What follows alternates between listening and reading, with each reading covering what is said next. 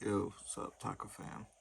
So, as requested, I'm doing a update to my Azamina deck profile. So we're gonna have like a little discussion about card choices, theory. All right, so keep it pretty brief with some of the stuff, but so I broke the deck up into segments. So the first part is gonna be all the Sinful Spoils cards. So 3 Vengeance, 1 Queen,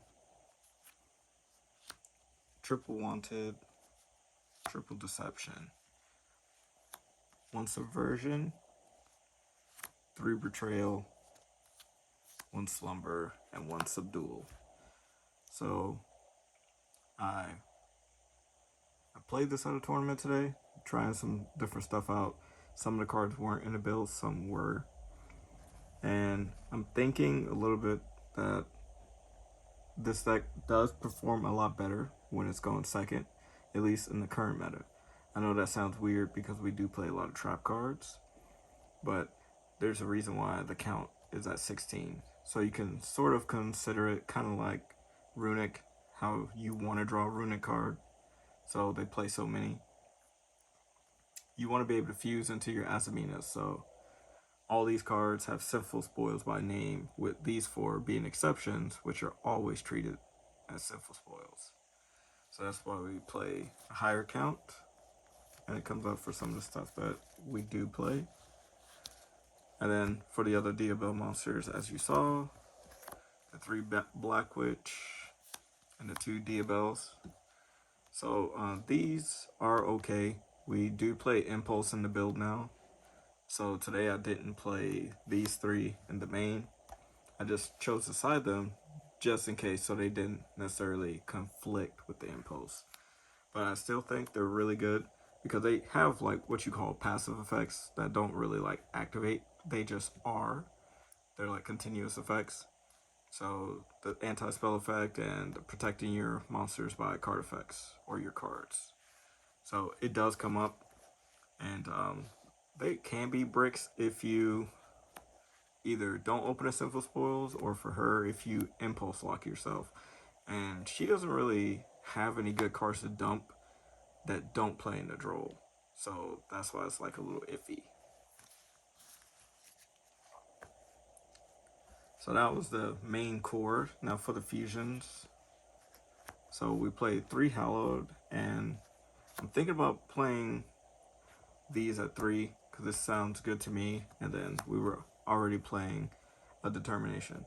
So I bumped it up to 7 because I looked at it as like these are just fusion spells. And as you saw, outside of a few of these cards, all of these are fusion materials. That's how you have to look at this deck whenever you're playing it. It's like the more fusion materials that you have, kind of like Draco Tail, the more advantage you get and the better your plays are, especially when you have to play through boards.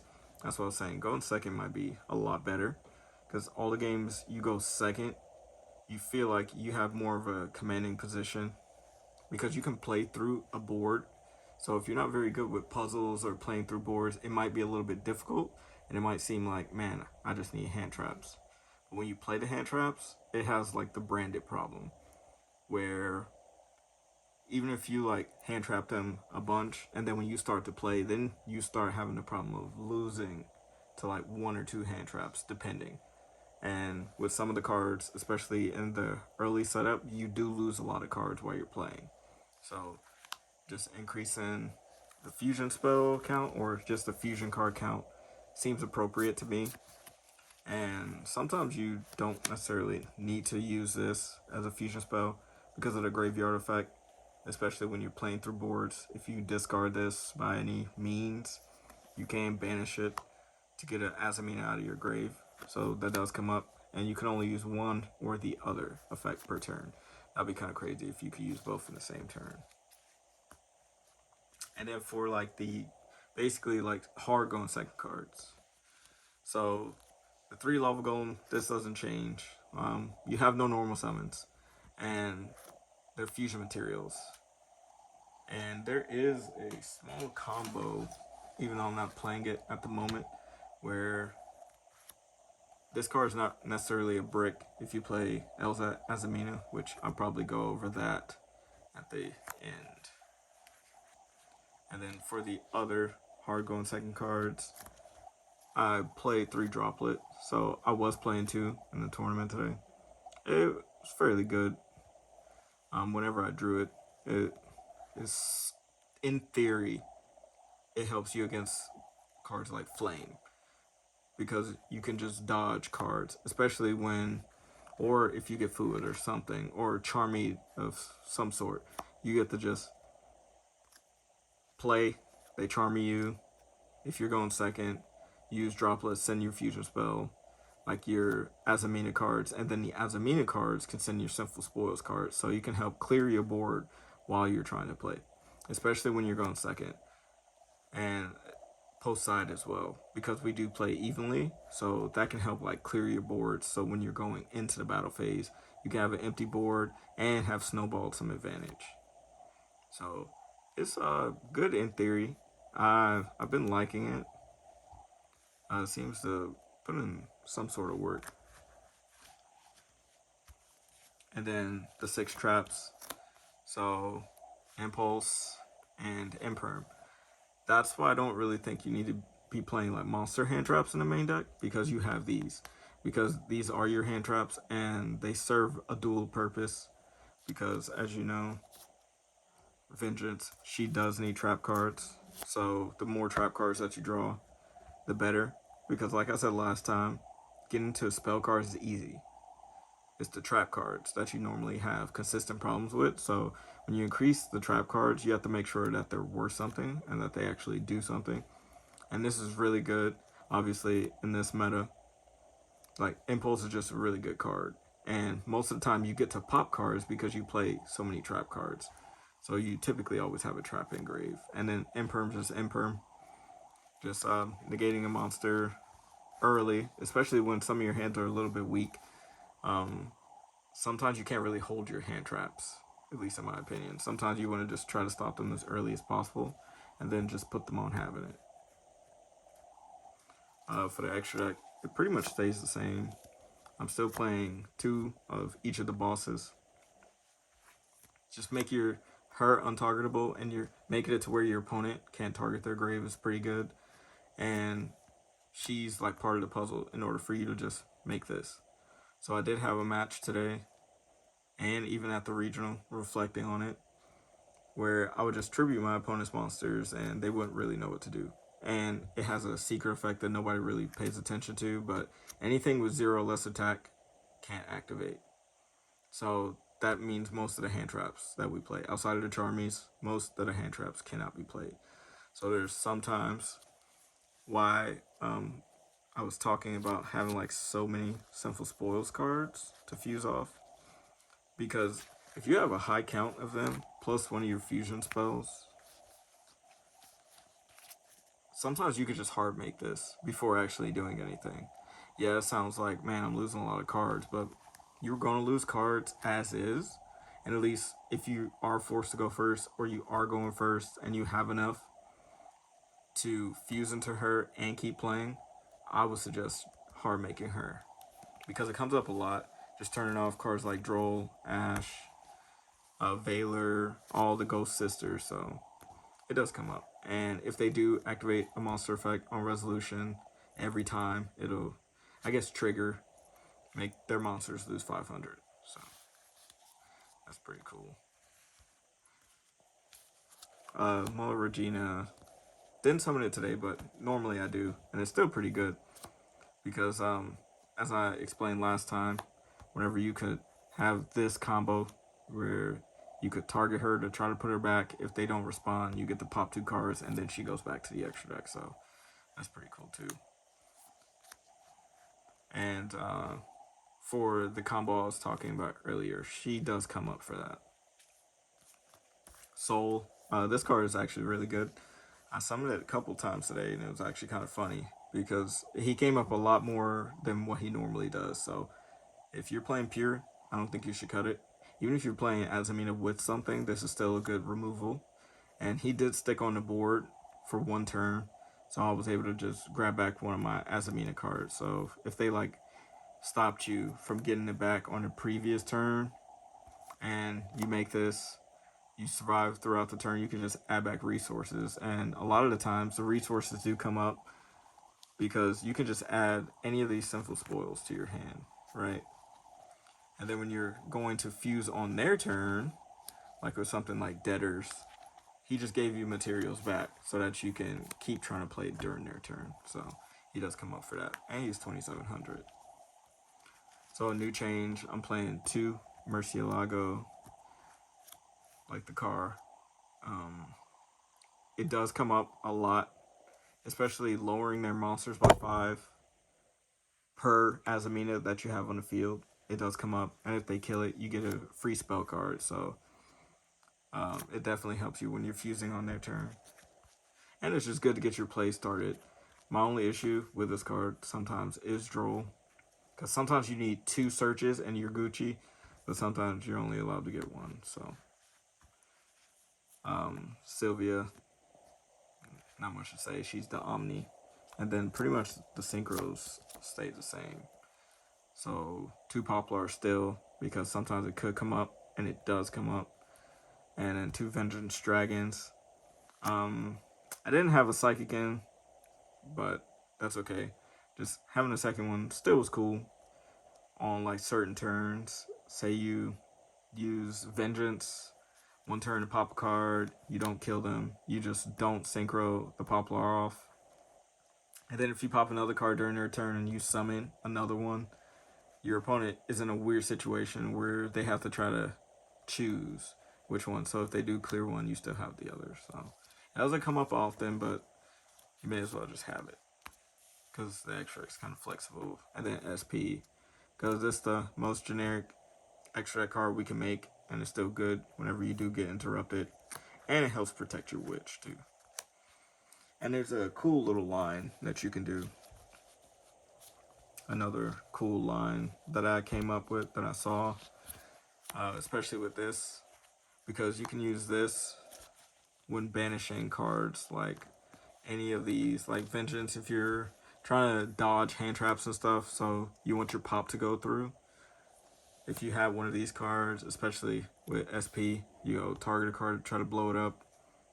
They try to respond, you go SP, banish both of them, and then you go Determination. You can put her back into the deck, so you get another fusion summon. So especially on turns where you're trying to survive, I think it's good.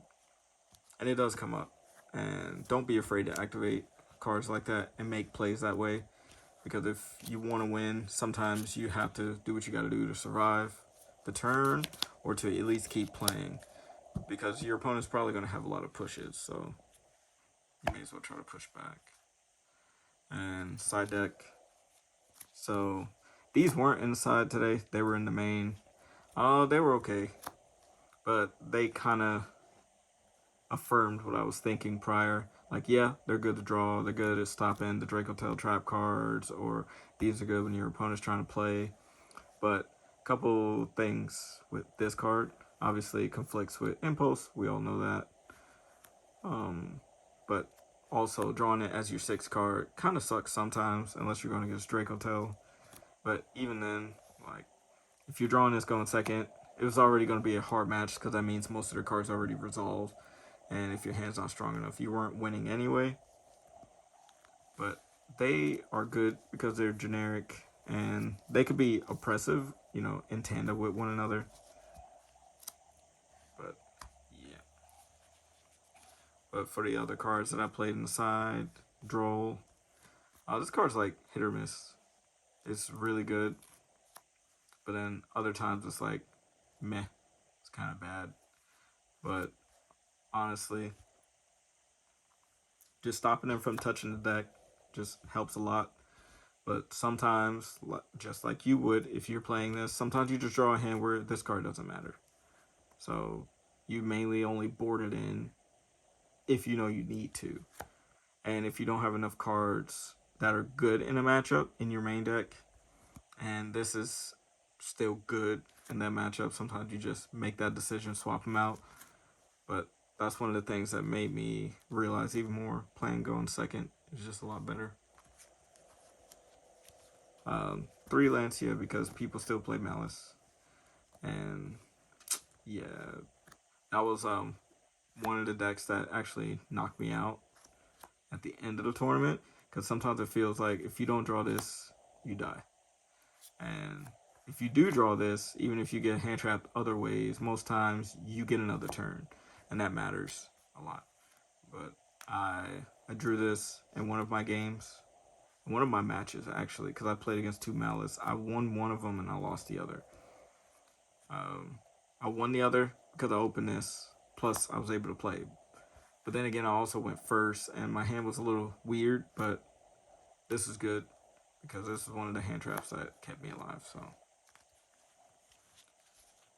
3 evenly, trying to take your life savings, but this card's good. It clears boards and people still don't play around it, and sometimes whenever you bluff, go to a battle phase, sometimes it makes them flip cards even if you don't have it. But even if you don't have this, sometimes you can do other battle phase stuff so that in their mind they're mainly thinking that you got evenly. But if they see you doing other stuff during the battle phase, they definitely don't play around this. And then when you're done comboing during the battle phase and your board's empty, and then you just politely grab their wallet with that. So that's good. And I did play 3 Fenrir. This card was cool. It helped out in a lot of matchups, especially a lot of times when I went first. I just put Fenrir on the board as the first action, do some other stuff. But this card does apply a lot of pressure just from existing. Being on the board is good. It threatens early battle phases sometimes, and your opponent is always afraid that one of their cards will get banished face down, which they can't really get back. So, I mean, it was good. I don't really have too many things to say about this, but outside of the fact that him searching another copy of himself gives you a free discard for like Black Witch or something. So, and Philia, that was a honorable mention. This is not a part of the side deck.